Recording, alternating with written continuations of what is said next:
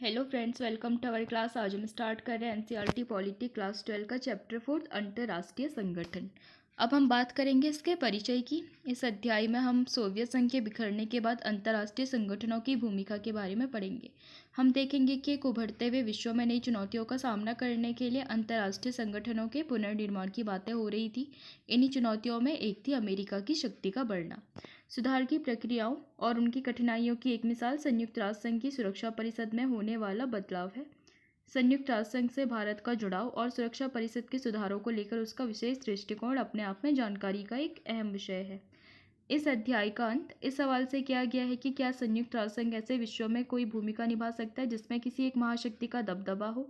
इस अध्याय में महत्वपूर्ण भूमिका निभाने वाले कुछ अन्य अंतर्राष्ट्रीय संगठनों की भी चर्चा की गई है। ये संयुक्त राष्ट्र संघ का प्रतीक चिन्ह है। इसमें दुनिया का नक्शा बना हुआ है और इसके चारों तरफ जैतून की पत्तियां हैं। ये पत्तियां विश्व शांति का संकेत करती है। यहाँ पे आप देख रहे होंगे।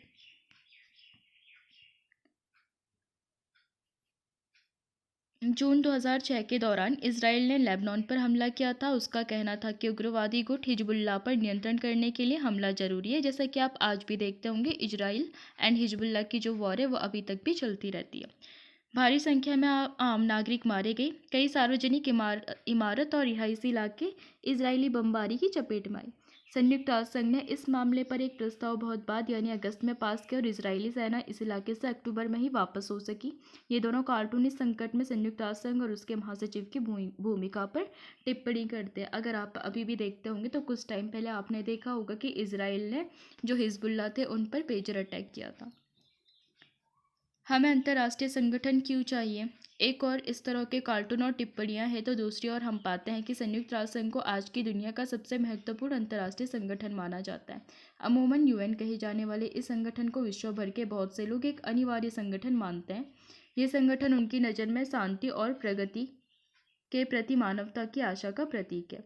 हमें संयुक्त राष्ट्र संघ जैसे संगठनों की जरूरत क्यों है? आइए यहाँ ऐसे दो लोगों के विचार पढ़ते हैं जिन्हें इस संगठन के कामकाज के अंदरूनी जानकारी है। संयुक्त राष्ट्र संघ का गठन मानवता को स्वर्ग पहुंचाने के लिए नहीं बल्कि उसे नरक से बचाने के लिए हुआ है। ये कहा था डैग हैमरसॉल्ट, जो कि संयुक्त राष्ट्र संघ के दूसरे महासचिव थे। बात कही कि चौपर, ठीक कहा आपने। संयुक्त राष्ट्र संघ में खूब बैठकें होती हैं, दनादन भाषण होते हैं। ये कहा था खासकर आम सभा के जो वार्षिक वाली होती है। लेकिन जैसा कि चर्चिल कहते थे, हथियार लड़ाने से बढ़िया है कि जुबान लड़ाई जाए। क्या ये बात बेहतर नहीं कि ऐसी जगह भी हो जहाँ दुनिया के सारे देश इकट्ठे और कभी कभार अपनी बातों से एक दूसरे का सर खाएं? वनस्पति लड़ाई के मैदान में एक दूसरे का सर कलम करने के। ये कहा था शशि थरूर ने। संयुक्त राष्ट्र महासंघ में सार्वजनिक सूचना और संचार के पूर्व अवर सचिव थे ये दो उदाहरण एक महत्वपूर्ण बात की तरफ इशारा करते हैं। अंतर्राष्ट्रीय संगठन हर मर्ज की दवा नहीं, लेकिन वे महत्वपूर्ण जरूर है। अंतर्राष्ट्रीय संगठन युद्ध और शांति के मामले में मदद करते हैं। वे देशों की सहायता करते हैं ताकि हम सबकी बेहतर जीवन स्थितियाँ कायम हों। देशों के बीच मनमुटाव और झगड़े होते हैं, लेकिन इसका मतलब ये नहीं कि अपने वैर विरोध के कारण वे एक दूसरे से युद्ध ठान लें। इसकी जगह वे विभेद के मसलों पर बातचीत कर सकते हैं, उसका एक शांतिपूर्ण समाधान भी ढूंढ सकते हैं। वस्तुतः अधिकांश झगड़ों और विभेदों का समाधान बिना युद्ध के ही किया जाता है, लेकिन ये एक ऐसा तथ्य है जिस पर कम ध्यान दिया जाता है। इस संदर्भ में अंतर्राष्ट्रीय संगठनों की भूमिका महत्वपूर्ण हो जाती है। अंतर्राष्ट्रीय संगठन कोई शक्तिशाली राज्य नहीं होता जिसके अपने सदस्यों पर धौंस चलती हो। अंतर्राष्ट्रीय संगठन का निर्माण विभिन्न राज्य ही करते हैं और ये उनके मामलों के लिए जवाबदेह भी होता है। जब राज्यों में इस बात पर सहमति होती है कि कोई अंतर्राष्ट्रीय संगठन बनना चाहिए, तभी ऐसे संगठन कायम हो पाते हैं। एक बार इनका निर्माण हो जाए तो ये समस्याओं के शांतिपूर्ण समाधान में सदस्य देशों की मदद करते हैं। अंतर्राष्ट्रीय संगठन एक और तरीके से मददगार होते हैं। राष्ट्रों के सामने अक्सर कुछ काम ऐसे आ जाते हैं जिन्हें साथ मिलकर करना होता है। जैसे कि आप देखते होंगे कि जो ये संगठन है ये पर्यावरण संबंधी मुद्दों पर आपस में सहयोग करते हैं, या फिर जैसे आतंकवाद, जो उस आतंकवाद गतिविधियाँ होती हैं उनको रोकने में भी ये आपस में सहयोग करते हैं ताकि उस पर रोकथाम की जाए। अंतर्राष्ट्रीय संगठन एक और तरीके से मददगार होते हैं। राष्ट्रों के सामने अक्सर कुछ काम ऐसे आते हैं जिन्हें साथ मिलकर ही करना होता है। कुछ मसले इतने चुनौतीपूर्ण होते हैं तभी उनसे निपटा जा सकता है जब सभी साथ मिलकर काम करें। इसकी एक मिसाल तो बीमारी ही है।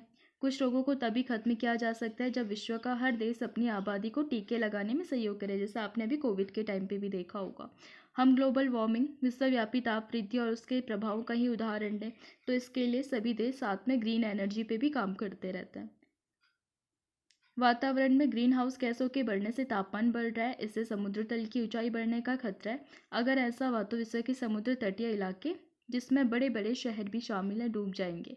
हर देश अपने अपने तरीके से ग्लोबल वार्मिंग के दुष्प्रभावों का समाधान ढूंढ सकता है, तब भी अंततः सबसे प्रभावकारी समाधान तो यह है कि वैश्विक ताप वृद्धि को रोका जाए। इसके लिए विश्व के बड़े औद्योगिक देशों का सहयोग करना भी जरूरी है। शीत युद्ध के बाद के समय में कुछ संगठनों ने बड़ी भूमिका निभाई है, खासकर विश्व की अर्थव्यवस्था के संदर्भ में। इनमें से एक अंतर्राष्ट्रीय मुद्रा कोष यानी कि इंटरनेशनल मॉनेटरी फंड यानी कि IMF है। ये संगठन वैश्विक स्तर की वित्त व्यवस्था की देखरेख करता है और मांगे जाने पर वित्तीय तथा तकनीकी सहायता मुहैया करवाता है। 190 19 फरवरी 2024 की स्थिति के अनुसार देश अंतर्राष्ट्रीय मुद्रा कोष के सदस्य हैं, लेकिन हर सदस्य की राय का वजन बराबर नहीं है। G7 के सदस्य America, Japan, Germany, France, Britain, Italy और कनाडा के पास भी 41.29% मत है। अन्य अग्रणी सदस्यों में चीन 6.09%, भारत 2.64%, रूस 2.59%, ब्राज़ील 2.22% और सऊदी अरब 2.02% है। अकेले अमेरिका के पास 16.52% मताधिकार है। दुर्भाग्य से सहयोग की जरूरत को पहचानना और सचमुच में सहयोग करना दो अलग अलग बात है। देश सहयोग करने की जरूरत को पहचान सकते हैं, लेकिन सहयोग का सबसे बेहतर तरीका क्या हो, इस पर हमेशा उनके बीच में सहमति नहीं हो सकती।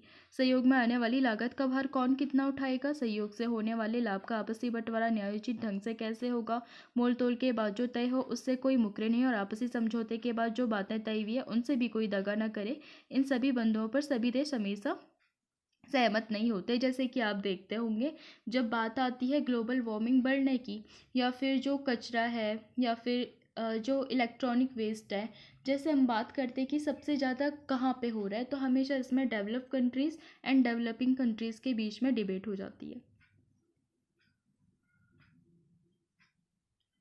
एक अंतर्राष्ट्रीय संगठन सहयोग करने के उपाय और सूचनाएं जुटाने की मदद कर सकता है। ऐसा संगठन नियमों और नौकरशाही की एक रूपरेखा दे सकता है, ताकि सदस्यों को ये विश्वास हो कि आने वाली लागत में सबकी समुचित साझेदारी होगी, लाभ का बंटवारा न्यायोचित होगा और कोई सदस्य एक बार समझौते में शामिल हो जाता है तो वो इस समझौते के नियम और शर्तों का भी पालन करेगा। जरा हम यहाँ पर संयुक्त राष्ट्र संघ की स्थापना की टाइमलाइन देखेंगे। अगस्त 1941 अमेरिकी राष्ट्रपति रूजवेल्ट और ब्रितानी प्रधानमंत्री चर्चिल द्वारा अटलांटिक चार्टर पर हस्ताक्षर किए गए। जनवरी 1942 ध्रुवीय शक्तियों के खिलाफ लड़ रहे 26 मित्र राष्ट्र अटलांटिक चार्टर के समर्थन में वाशिंगटन में मिले और दिसंबर 1943 में संयुक्त राष्ट्र संघ की घोषणा पर हस्ताक्षर हुए। फरवरी 1945 में तीन बड़े नेताओं रूजवेल्ट, चर्चिल और स्टालिन ने याल्टा सम्मेलन में प्रस्तावित अंतर्राष्ट्रीय संगठन के बारे में संयुक्त राष्ट्र संघ का एक सम्मेलन करने का निर्णय लिया था। अप्रैल मई 1945 में सैन फ्रांसिस्को में संयुक्त राष्ट्र संघ का अंतर्राष्ट्रीय संगठन बनाने के मसले पर केंद्रित 2 महीने लंबा सम्मेलन संपन्न हुआ। 26 जून 1945 में संयुक्त राष्ट्र संघ चार्टर पर 50 देशों के हस्ताक्षर हुए। पोलैंड ने 15 अक्टूबर को हस्ताक्षर किए। इस तरह संयुक्त राष्ट्र संघ में 51 मूल संस्थापक सदस्य हैं। 24 अक्टूबर 1945 में संयुक्त राष्ट्र संघ की स्थापना हुई और 24 अक्टूबर संयुक्त राष्ट्र संघ दिवस मनाया जाता है। 30 अक्टूबर 1945 में भारत संयुक्त राष्ट्र संघ में शामिल हुआ था। शीत युद्ध के अंत के बाद अब संयुक्त राष्ट्र संघ थोड़ी अलग भूमिका निभा सकता है। हम ऐसा अनुमान कर सकते हैं अमेरिका और उसके खेमे के देश विजेता बनकर उभरे। ऐसे में बहुत से लोगों और सरकारों को इस बात की चिंता सता रही है कि अमेरिका की अगुवाई में पश्चिमी देश इतने ताकतवर हो रहे हैं कि उनकी इच्छाओं और आकांक्षाओं पर लगाम कसना असंभव हो जाएगा। क्या संयुक्त राष्ट्र संघ अमेरिका के साथ संवाद और चर्चा में मददगार हो सकता है, और क्या ये संगठन अमेरिकी सरकार की ताकत पर अंकुश लगा सकता है? हम इन सवालों के उत्तर अध्याय के अंत में खोजेंगे। संयुक्त राष्ट्र संघ का विकास। पहले विश्व युद्ध ने दुनिया को इस बात के लिए जगाया कि झगड़ों के निपटारे के लिए एक अंतर्राष्ट्रीय संगठन बनाने का प्रयास शुरू किया जाना चाहिए। इसके फलस्वरूप लीग ऑफ नेशंस का जन्म हुआ था। शुरुआती सफलताओं के बावजूद ये संगठन दूसरा विश्व युद्ध 1939 से 45 न रोक सका। पहले की तुलना में इस महायुद्ध में कहीं ज़्यादा लोग मारे गए और घायल हुए थे। 1942 की संयुक्त राष्ट्र संघ की घोषणा के आधार पर दूसरे विश्व युद्ध के दौरान 1943 में अमेरिका के युद्ध सूचना विभाग यानी कि United states office of war information द्वारा तैयार किया गया पोस्टर है। इस पोस्टर में उन देशों के झंडों को देखा जा सकता है जिन्होंने मित्र राष्ट्रों के युद्धक प्रयासों के समर्थन करने का संकल्प किया था। ये पोस्टर एक अर्थ में महत्वपूर्ण है, दिखाता है कि संयुक्त राष्ट्र संघ की जड़ें युद्ध में थी। संयुक्त राष्ट्र संघ की संरचना और इसके कुछ प्रमुख अंग, जरा इन्हें भी देख लेते हैं।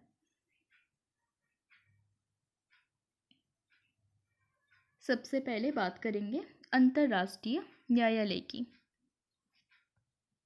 इसमें 15 न्यायाधीश का चुनाव 9 वर्षों के लिए आम सभा और सुरक्षा परिषद दोनों में पूर्ण बहुमत द्वारा होता है। मुख्यालय हैग में है। सुरक्षा परिषद यानी कि जिसे हम यूएनएससी भी कहते हैं, 15 सदस्य हैं। 5 स्थायी सदस्यों में चीन, फ्रांस, रूस, ब्रिटेन और अमेरिका, इनको वीटो विशेष निषेधाधिकार भी प्राप्त है। और 10 अस्थायी सदस्यों का चुनाव आम सभा द्वारा 2 वर्षों के लिए निर्णय लेकर के किया जाता है और ये सभी सदस्यों पर बाध्यकारी भी होता है। शोध और प्रशिक्षण संस्थान, सामाजिक विकास के लिए शोध संस्थान यानी कि इसको कहते हैं अनराइज्ड। सहायक निकाय, सैन्य समिति, अंतर्राष्ट्रीय अपराध न्यायाधिकरण, पूर्व युगोस्लाविया, रवांडा, शांति संस्थापक अभियान और मिशन। संबंध संगठन, अंतर्राष्ट्रीय आणविक ऊर्जा यानी कि IAEA आम सभा और सुरक्षा परिषद दोनों के प्रति उत्तरदायी होता है। आम सभा 193 सदस्यों के प्रतिनिधि इसमें होते हैं। सभी को एक समान मत मिलता है। प्रमुख निर्णयों के लिए 2/3 और बाकी में सामान्य बहुमत की जरूरत होती है और निर्णय सभी सदस्यों पर बाध्यकारी नहीं होता है। इसका जो सचिवालय है अन्य प्रमुख संगठनों के कार्यों के लिए अंतर्राष्ट्रीय स्टाफ होता है और इसका प्रधान महासचिव होता है, जिसकी नियुक्ति सुरक्षा परिषद की सलाह पर आम सभा 5 सालों के लिए करती है। इसके अलावा कार्यक्रम और कोष है। व्यापार एवं विकास सम्मेलन यानी कि UNCTAD, पर्यावरण कार्यक्रम UNEP चलाता है। विकास कार्यक्रम UNDP चलाता है। बाल कोष UNICEF यानी कि यूनिसेफ भी इसे बोलता है। जनसंख्या कोष UNFPA, शरणार्थी उच्चायोग UNHCR एंड विश्व खाद्य कार्यक्रम WFP। सहायक निकाय होते हैं समितियां और तदर्थ निकाय। अन्य इकाइयों में मानवाधिकार उच्चायोग का कार्यालय यानी कि OHCHR, संयुक्त राष्ट्र विश्वविद्यालय UNU, HIV एड्स कार्यक्रम UNAIDS एंड संबंध संगठन में आते हैं रासायनिक हथियारों पर निषेध के लिए संगठन OPCW। विशेष एजेंसियां जैसे वित्तीय सहायता के बिना है जो अंतर्राष्ट्रीय श्रम संगठन यानी कि ILO, खाद्य एवं कृषि संगठन FAO, संयुक्त राष्ट्र संघ शैक्षणिक, वैज्ञानिक एवं सांस्कृतिक संगठन यानी कि यूनेस्को, विश्व स्वास्थ्य संगठन WHO, अंतर्राष्ट्रीय मुद्रा कोष IMF, अंतर्राष्ट्रीय मौसम विज्ञान संगठन IMO एंड अंतर्राष्ट्रीय दूरसंचार संघ ITU। न्यासिता परिषद में आता है संयुक्त राष्ट्र संघ की न्यासिता प्रणाली के अंतर्गत आने वाली अंतिम ट्रस्ट टेरिटरी प्लॉ के आज़ाद होने के साथ 1 नवंबर 1994 से ये परिषद स्थगित है। इसके अलावा विशेष कार्यों के लिए आयोग जैसे मानवाधिकार हो गए, मादक द्रव्य टिकाऊ विकास हो गए और महिलाओं की स्थिति को देखने के लिए कुछ आयोग बनाए गए। क्षेत्रीय आयोग में आते हैं आर्थिक आयोग जैसे कि अफ्रीका, यूरोप, दक्षिण अमेरिका और कैरेबियाई देश। आर्थिक और सामाजिक आयोग जो कि एशिया प्रशांत और पश्चिम एशिया के लिए काम करता है। संबंध संगठन जैसे कि विश्व व्यापार संगठन हो गया जिसको कहते हैं WTO। नियुक्त करने वाले प्रति सीधी जवाबदेही दर्शाता है और वित्तीय सहायता विहीन संबंध दर्शाता है। सुरक्षा परिषद की विशेष स्थिति दर्शाता है। ये 5 स्थायी सदस्यों के निषेधाधिकार यानी कि जो वीटो है उससे नियंत्रित होती है, जो कि UNSC के भी मतलब 5 मेंबर्स होते हैं उनसे। लीग ऑफ नेशंस के उत्तराधिकारी के रूप में संयुक्त राष्ट्र संघ की स्थापना भी दूसरे विश्व युद्ध की समाप्ति के तुरंत बाद सन 1945 में से स्थापित किया गया था। 51 देशों द्वारा संयुक्त राष्ट्र संघ के घोषणा पत्र पर दस्तखत करने के साथ इस संगठन की स्थापना हो गई। 2 विश्व युद्धों के बीच लीग ऑफ नेशंस जो नहीं कर पाया था उसे कर दिखाने की कोशिश संयुक्त राष्ट्र संघ ने की थी। संयुक्त राष्ट्र संघ का उद्देश्य है कि अंतर्राष्ट्रीय झगड़ों को रोकना और राष्ट्रों के बीच में सहयोग की राह दिखाना। उसकी स्थापना के पीछे ये आशा काम कर रही थी कि ये संगठन विभिन्न देशों के बीच में ऐसे झगड़ों को रोकने का काम करेगा जो आगे चलकर युद्ध का रूप ले सकते हैं और अगर युद्ध छिड़ ही जाए तो शत्रुता के दायरे को सीमित करने का काम करेगा।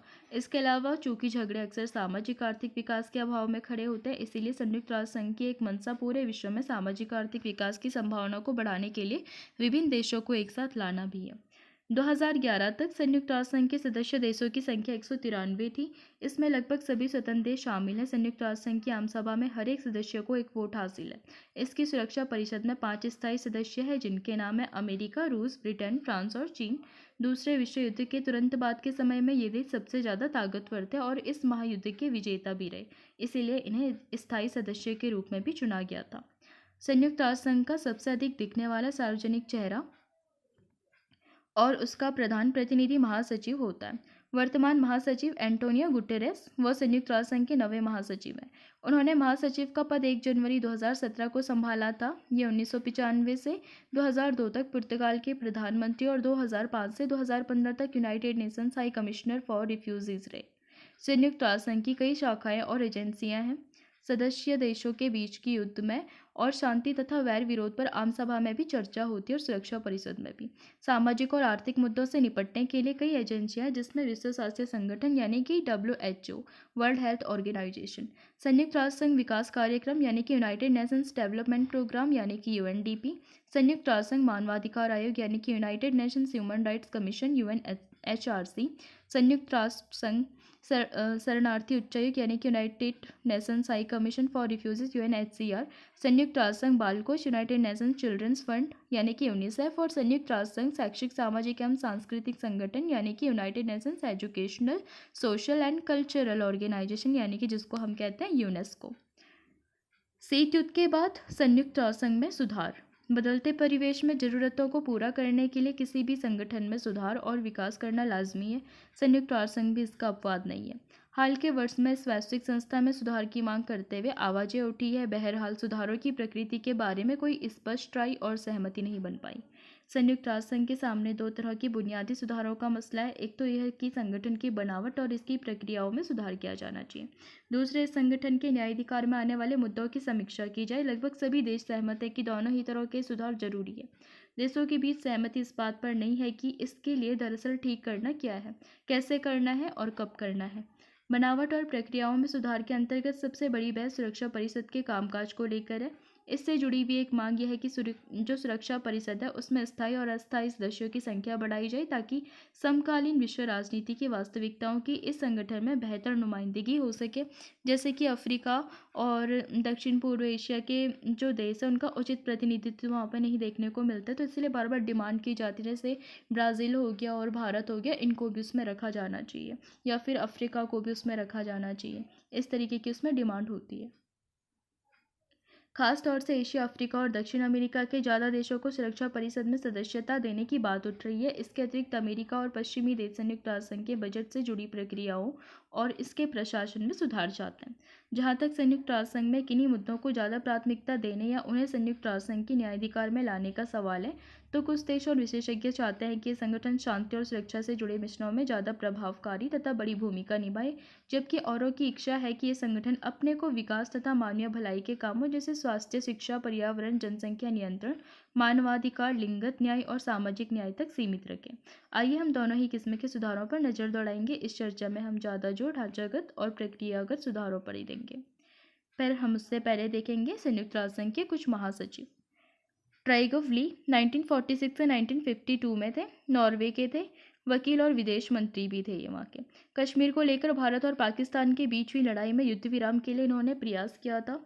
कोरिया युद्ध को शीघ्र समाप्त करवाने में नाकामयाब रहने पर इनकी आलोचना हुई थी। दोबारा महासचिव बनाने का सोवियत संघ ने विरोध किया था। महासचिव के पद से इन्होंने त्यागपत्र दे दिया था। फिर डैग हैमरशोल्ड 1953 से 1961 में स्वीडन के थे, अर्थशास्त्री और वकील भी थे ये। सेज नहर से जुड़े विवाद को सुलझाने और अफ्रीका के अनौपनिवेशीकरण के लिए इन्होंने काम किया। कांगो संकट को सुलझाने की दिशा में किए गए प्रयास के लिए मरणोपरांत इनको नोबेल शांति पुरस्कार भी मिला था, और सोवियत संघ और फ्रांस ने अफ्रीका में इनकी भूमिका की आलोचना की थी। यू थांट 1961 से 1971 में ये बर्मा और म्यांमार के थे, शिक्षक और राजनयिक। क्यूबा के मिसाइल संकट के समाधान और कांगो के संकट की समाप्ति के लिए इन्होंने प्रयास किए थे। साइप्रस में संयुक्त राष्ट्र संघ की शांति सेना बहाल की। वियतनाम युद्ध के दौरान अमेरिका की आलोचना की। कुर्ट वाल्डहीम 1972 से 1981 में ये ऑस्ट्रिया के थे, कूटनीतिक और विदेश मंत्री। नामीबिया और लेबनान की समस्याओं के समाधान के प्रयास के बांग्लादेश में राहत अभियान की देखरेख की। तीसरी बार महासचिव पद पर चुने जाने की दावेदारी का चीन ने विरोध किया था। जेवियर पेरेस द कुइयार 1982 से 1991 में ये पेरू के थे, वकील और राजनयिक। साइप्रस, अफगानिस्तान और अल सल्वाडोर में शांति स्थापना के लिए इन्होंने प्रयास किए। नामीबिया की आज़ादी के लिए मध्यस्थता की एंड फॉकलैंड युद्ध के बाद ब्रिटेन और अर्जेंटीना के बीच में मध्यस्थता करवाई थी। बुतरस खाली 1992 से 1996 में मिस्र के थे, राजनयिक और विधिवेत्ता और विदेश मंत्री। एन एजेंडा फॉर पीस नामक रिपोर्ट जारी की। मोजाम्बिक में संयुक्त राष्ट्र संघ का सफल अभियान चलाया। बोस्निया, सोमालिया और रवांडा में संयुक्त राष्ट्र संघ की असफलताओं के लिए आरोप लगे और गंभीर असहमतियों के कारण अमेरिका ने दोबारा महासचिव बनने पर इनका विरोध किया था। कोफी अन्नान 1997 से 2006 में थे। घाना के संयुक्त राष्ट्र संघ के अधिकारी भी थे। एड्स, टीबी और मलेरिया से लड़ने के लिए वैश्विक कोष बनाया। अमेरिकी नेतृत्व में इराक पर हुए हमले को अवैध करार दिया। 2005 में मानवाधिकार परिषद तथा शांति संस्थापक आयोग की स्थापना की और 2001 का नोबेल शांति पुरस्कार इनको मिला था। इसके अलावा बान की मून 2007 से 2016 तक रहे। कोरिया गणराज्य के थे ये, दक्षिण कोरिया के कूटनीतिक और विदेश मंत्री। इस पद पर बैठने वाले दूसरे एशियाई हैं और जलवायु परिवर्तन पर इन्होंने प्रकाश डाला। सहस्त्राब्दी विकास लक्ष्य और सतत विकास लक्ष्य पर ध्यान दिया। यूएन विमेन के निर्माण के लिए काम किया और युद्ध वियोजन और परमाणु निरस्त्रीकरण पर इन्होंने जोर दिया था। अंटोनियो मनुएल दे ओलिवेरा गुटेरस 2017 में पुर्तगाल के प्रधानमंत्री रहे थे, 1995 से 2002 तक।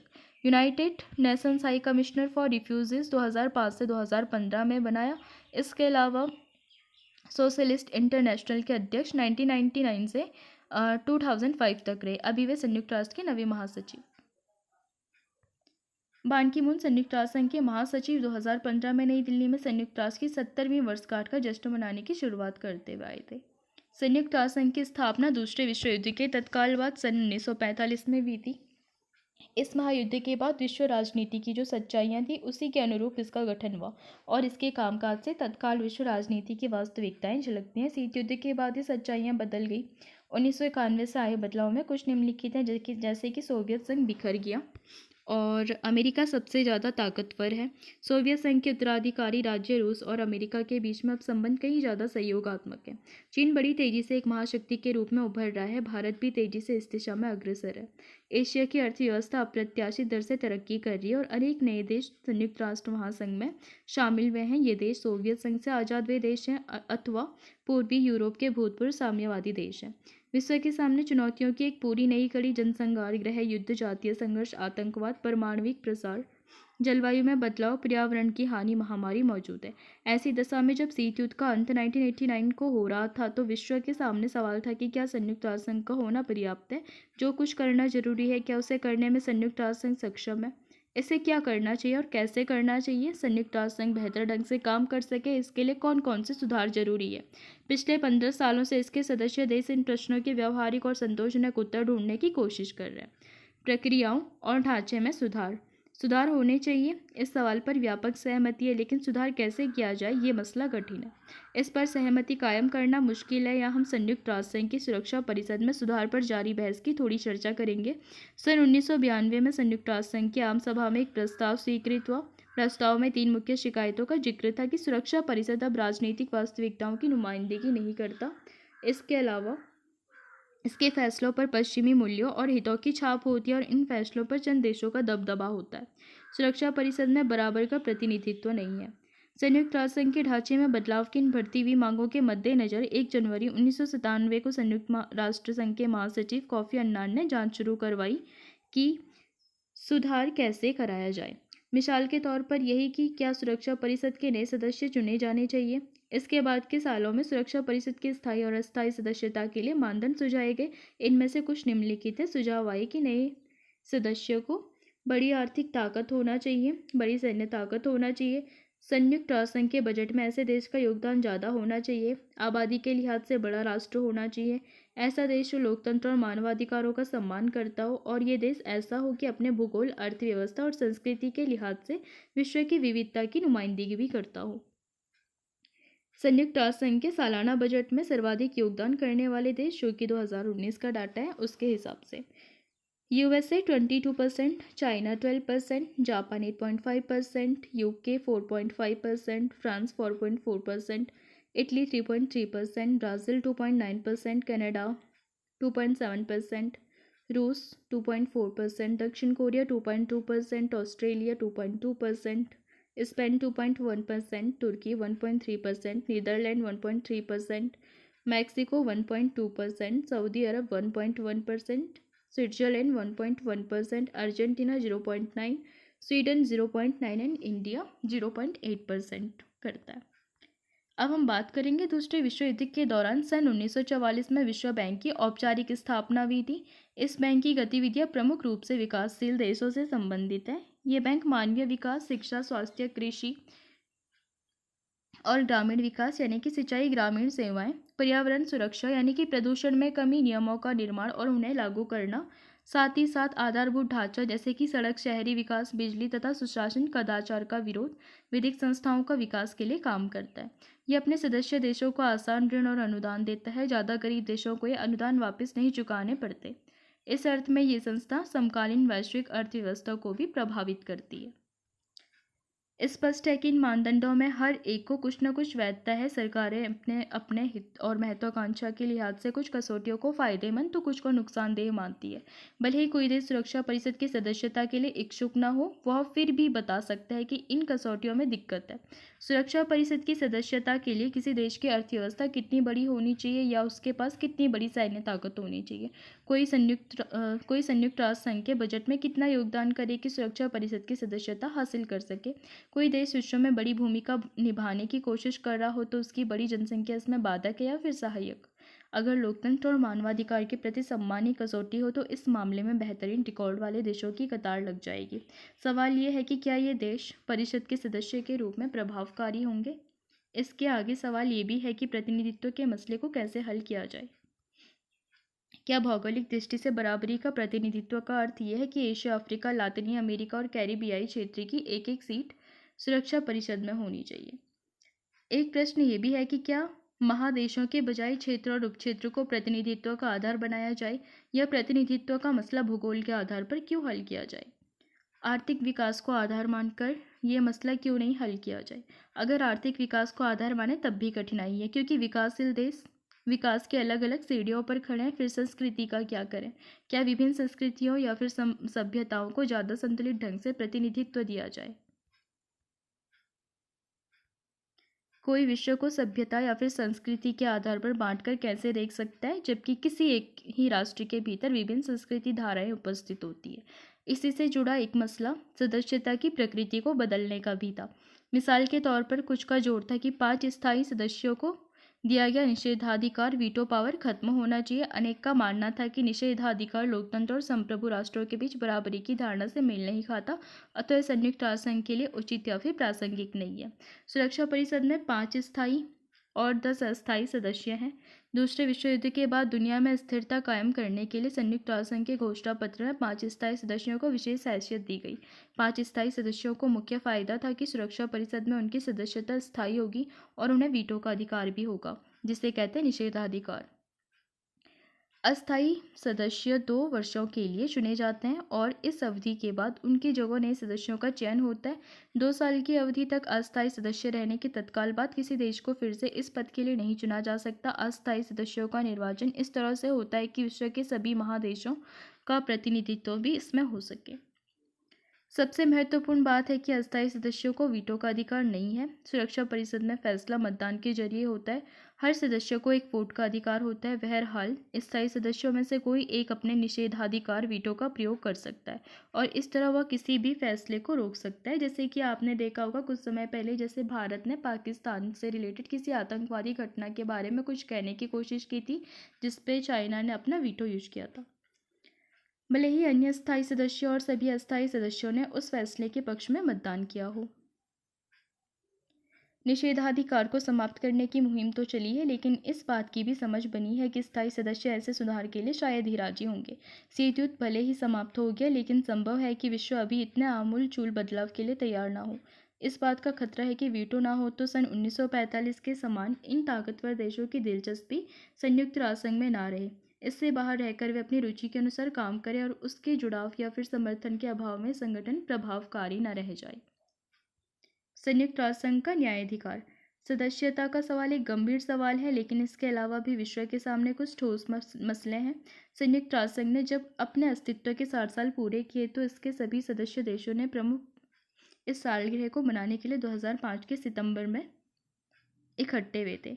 इस अवसर पर मौजूदा स्थितियों की समीक्षा भी इस बैठक में शामिल नेताओं ने बदलते हुए परिवेश में संयुक्त राष्ट्र संघ को ज़्यादा प्रासंगिक बनाने के लिए कुछ कदम उठाने का फैसला किया था, जैसे कि शांति संस्थापक आयोग का गठन, यदि कोई राष्ट्र अपने नागरिकों को अत्याचारों से बचाने में असफल हो जाए तो विश्व बिरादरी उसका उत्तरदायित्व ले, इस बात की स्वीकृति। मानवाधिकार परिषद की स्थापना 2006 के 19 जून से सक्रिय। सहस्त्राब्दी विकास लक्ष्य मिलेनियम डेवलपमेंट गोल्स को प्राप्त करने पर सहमति। हर रूप प्रीति के आतंकवाद की निंदा। एक लोकतंत्र कोष का गठन। ट्रस्टीशिप काउंसिल यानी कि न्यासिता परिषद को समाप्त करने पर सहमति। ये समझना कठिन नहीं कि ये मुद्दे संयुक्त राष्ट्र संघ के लिए बड़े पेंसदार हैं। शांति संस्थापक आयोग को क्या करना चाहिए? दुनिया में बहुत से झगड़े चल रहे हैं, ये आयोग किस में दखल दे? हर झगड़े में दखल देना क्या इस आयोग के लिए उचित या फिर संभव होगा? ठीक इसी तरह ये सवाल भी पूछा जा सकता है कि अत्याचारों से निपटने में विश्व बिरादरी की जिम्मेदारी क्या होगी? मानवाधिकार क्या है और इस बात को कौन तय करेगा कि किस स्तर पर मानवाधिकार उल्लंघन हो रहा है? मानवाधिकार उल्लंघन की दशा में क्या कार्रवाई की जाए, इसे कौन तय करेगा? बहुत से देश अब भी विकासशील जगत का हिस्सा है और ऐसे में सतत विकास लक्ष्य में निर्धारित विकास संबंधी महत्वाकांक्षी लक्ष्यों को मानक बनाना कहाँ तक व्यवहारिक है? क्या आतंकवाद की कोई सर्वमान्य परिभाषा हो सकती है? संयुक्त राष्ट्र संघ लोकतंत्र को बढ़ावा देने में धन का इस्तेमाल कैसे करेगा? ऐसे में और भी सवाल किए जा सकते हैं। जैसे आपको पता होगा आतंकवाद की कोई विश्वव्यापी परिभाषा अभी तक नहीं है, जो कि सबसे बड़ी चुनौती बना हुआ है आतंकवाद को जड़ से उखाड़ने के लिए। संयुक्त राष्ट्र संघ में सुधार और भारत ने संयुक्त राष्ट्र संघ के ढांचे में बदलाव के मसले को कई आधारों पर समर्थन दिया है। भारत का मानना है कि बदले हुए विश्व में संयुक्त राष्ट्र संघ की मजबूती और दृढ़ता जरूरी है। भारत इस बात का भी समर्थन करता है कि संयुक्त राष्ट्र संघ विभिन्न देशों के बीच सहयोग बढ़ाने और विकास को बढ़ावा देने में ज़्यादा बड़ी भूमिका निभाए। भारत का विश्वास है कि संयुक्त राष्ट्र संघ के एजेंडे में विकास का मामला प्रमुख होना चाहिए, क्योंकि अंतर्राष्ट्रीय शांति और सुरक्षा को बनाए रखने के लिए ये जरूरी पूर्व शर्त है। यहाँ पर आप मैप देख रहे होंगे, संयुक्त राष्ट्र संघ शांति स्थापना अभियान एवं शांति निर्माण कार्यालयों का मानचित्र। यहाँ पर है माली, पश्चिमी सहारा, मध्य अफ्रीकी गणराज्य Darfur, Kosovo, Cyprus, Lebanon, Bharat और पाकिस्तान, सीरिया, मध्य एशिया, अबई, दक्षिण Sudan, DR Congo and Liberia and Haiti. Bharat की एक बड़ी चिंता सुरक्षा परिषद की संरचना को लेकर है। सुरक्षा परिषद की सदस्य संख्या स्थिर रही है, जबकि संयुक्त राष्ट्र संघ की आम सभा में सदस्यों की संख्या खूब बढ़ी है। भारत का मानना है कि इससे सुरक्षा परिषद के प्रतिनिधित्वमूलक चरित्र की हानि हुई है। भारत का तर्क है कि परिषद का विस्तार करने पर वह ज़्यादा प्रतिनिधिमूलक होगी और उसे विश्व बिरादरी का ज़्यादा समर्थन मिलेगा। हमें ये बात भी ध्यान में रखनी चाहिए कि संयुक्त राष्ट्र संघ की सदस्य संख्या सन 1965 में 11 से बढ़कर 15 कर दी गई थी, लेकिन स्थायी सदस्यों की संख्या स्थिर रही। इसके बाद से परिषद का आकार 10 का 10 बना हुआ है।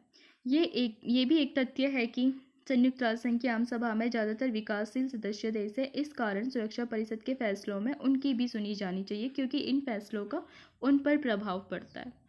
भारत सुरक्षा परिषद के अस्थायी और स्थायी दोनों ही तरह के सदस्यों की संख्या में बढ़ोतरी का समर्थक है। भारत के प्रतिनिधियों का तर्क है कि पिछले कुछ वर्षों में सुरक्षा परिषद की गतिविधियों का दायरा बढ़ा है। सुरक्षा परिषद के कामकाज की सफलता विश्व बिरादरी के समर्थन पर निर्भर है। इस कारण सुरक्षा परिषद के पुनर्गठन की कोई योजना व्यापक धरातल पर बननी चाहिए। मिसाल के लिए उसमें अभी की अपेक्षा ज़्यादा विकासशील देश होने चाहिए। विश्व व्यापार संगठन यानी कि वर्ल्ड ट्रेड ऑर्गेनाइजेशन यानी कि WTO, यह अंतर्राष्ट्रीय संगठन वैश्विक व्यापार के नियमों को तय करता है। इस संगठन की स्थापना 1995 में हुई थी। ये संगठन general agreement on trade and tariff के उत्तराधिकारी के रूप में काम करता है, जो दूसरे विश्व युद्ध के बाद अस्तित्व में आया था।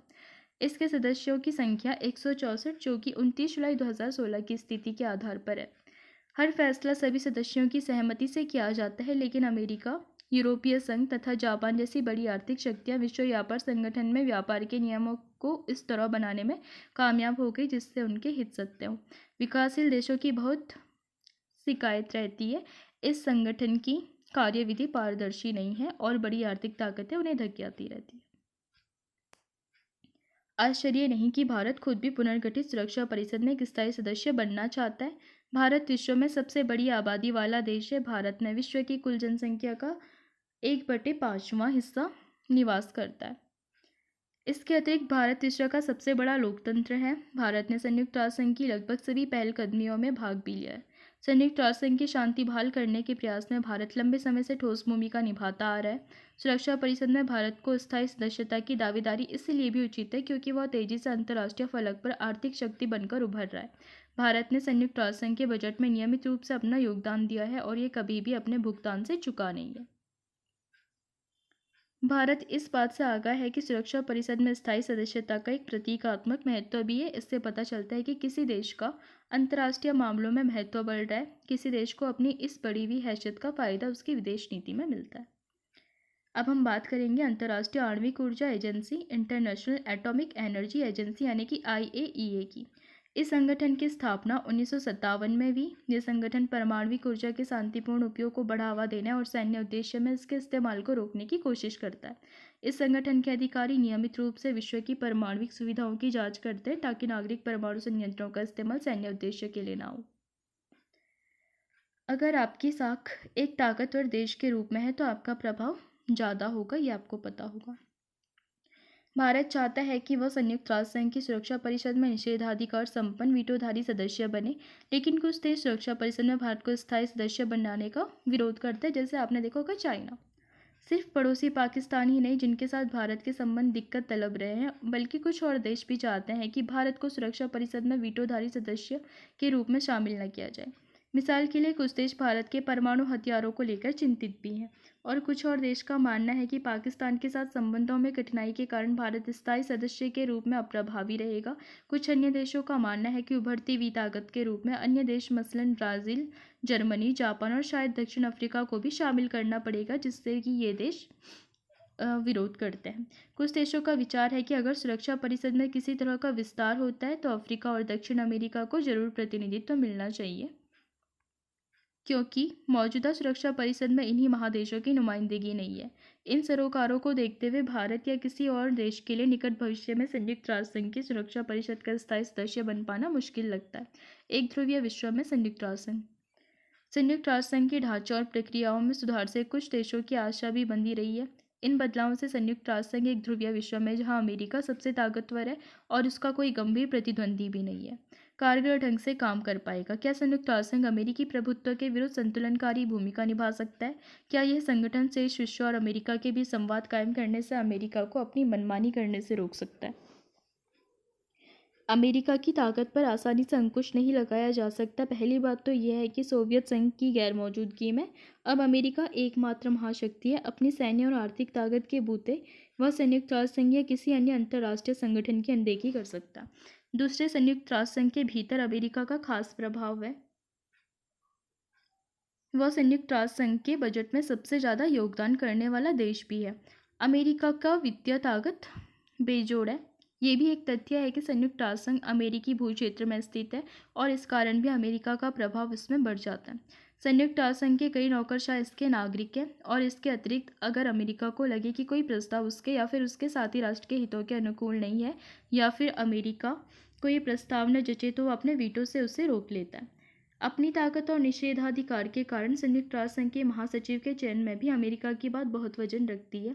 अमेरिका अपनी इस ताकत के बूते से इस विश्व में फूट डाल सकता है और डालता है ताकि उसकी नीतियों का विरोध मंद पड़ जाए। इस तरह संयुक्त राष्ट्र संघ अमेरिका की ताकत पर अंकुश लगाने में खास सक्षम नहीं है। फिर भी एक ध्रुवीय विश्व में जहां अमेरिकी ताकत का बोलबाला है, संयुक्त राष्ट्र संघ अमेरिका और शेष विश्व में बीच में विभिन्न मसलों पर बातचीत कायम कर सकता है और इस संगठन ने ऐसा किया भी है। अमेरिकी नेता अक्सर संयुक्त राष्ट्र संघ की आलोचना करते हैं, लेकिन वे इस बात को समझते हैं कि झगड़े और सामाजिक आर्थिक विकास के मसले पर संयुक्त राष्ट्र संघ के जरिए 190 राष्ट्रों को एक साथ किया जा सकता है।